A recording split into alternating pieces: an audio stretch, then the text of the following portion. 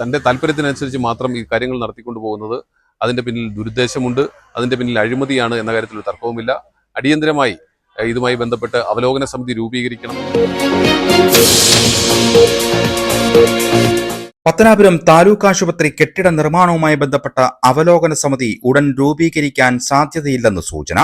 ഇക്കഴിഞ്ഞ ജൂലൈ 12 ഇത് സംബന്ധിച്ച HMC യോഗം ചേർന്നിരുന്നുവെങ്കിലും ഈ മാസം 30 അവലോകന സമിതി രൂപീകരിക്കുമെന്ന യോഗത്തിൽ ധാരണയായിരുന്നു. എന്നാൽ ഇനിയും ഇതിനുള്ള നടപടികൾ സ്വീകരിക്കാൻ ബ്ലോക്ക് പഞ്ചായത്ത് പ്രസിഡന്റിന് കഴിഞ്ഞിട്ടില്ലെന്നാണ് വിവരം. ഗതാഗത വകുപ്പ് മന്ത്രിയുടെ സൗകര്യം കൂടി കണക്കിലെടുത്ത് അവലോകന സമിതി രൂപീകരണ യോഗം ചേരാനാണ് ബ്ലോക്ക് പഞ്ചായത്ത് ശ്രമിക്കുന്നത്. ഇതാണ് അവലോകന സമിതി രൂപീകരണത്തിന് തടസ്സമാകുന്നതും.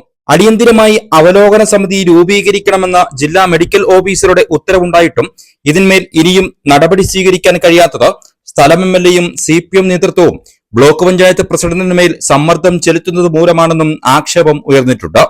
അതേസമയം അവലോകന സമിതി രൂപീകരിക്കാത്തതിനു പിന്നിൽ വൻ അഴിമതിയാണെന്ന് KPCC നിർവാഹക സമിതി അംഗം ജ്യോതികുമാർ ചാമക്കാല ആരോപിച്ചു. ഇതിനെ രാഷ്ട്രീയപരമായും നിയമപരമായും നേരിടുമെന്ന് അദ്ദേഹം പറഞ്ഞു. താലൂക്ക് ആശുപത്രിയുമായി ബന്ധപ്പെട്ട് അതിൻ്റെ നിർമ്മാണ പ്രവർത്തനങ്ങൾ നടത്തുന്നതിന് അവലോകന സമിതി രൂപീകരിക്കണമെന്ന് ചട്ടങ്ങളിൽ പറയുന്നുണ്ട്, കൃത്യമായ വ്യവസ്ഥയുണ്ട്. എന്നാൽ അതിന് തയ്യാറാകാതെ തൻ്റെ ഇഷ്ടത്തിനനുസരിച്ച്, തൻ്റെ താല്പര്യത്തിനനുസരിച്ച് മാത്രം ഈ കാര്യങ്ങൾ നടത്തിക്കൊണ്ടു പോകുന്നത് അതിൻ്റെ പിന്നിൽ ദുരുദ്ദേശമുണ്ട്, അതിൻ്റെ പിന്നിൽ അഴിമതിയാണ് എന്ന കാര്യത്തിൽ തർക്കവുമില്ല. അടിയന്തരമായി ഇതുമായി ബന്ധപ്പെട്ട് അവലോകന സമിതി രൂപീകരിക്കണം.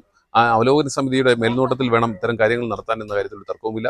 അത് ഞങ്ങളാരുടെയും വാശിയല്ല, അത് നിയമം അനുശാസിക്കുന്നത് തന്നെയാണ്. അതുകൊണ്ട് തന്നെ അടിയന്തരമായി അവലോകന സമിതി രൂപീകരിക്കാൻ തയ്യാറാകണം. ഇല്ലെങ്കിൽ നിയമപരമായും രാഷ്ട്രീയമായും അതിനെ നേരിടേണ്ടി വരും. അവലോകന സമിതി രൂപീകരണം ആവശ്യപ്പെട്ട യൂത്ത് കോൺഗ്രസ് നേതൃത്വത്തിൽ താലൂക്ക് ആശുപത്രിക്ക് മുന്നിൽ നേരത്തെ ഉപരോധ സമരവും നടന്നിരുന്നു. News bureau, Pathanapuram.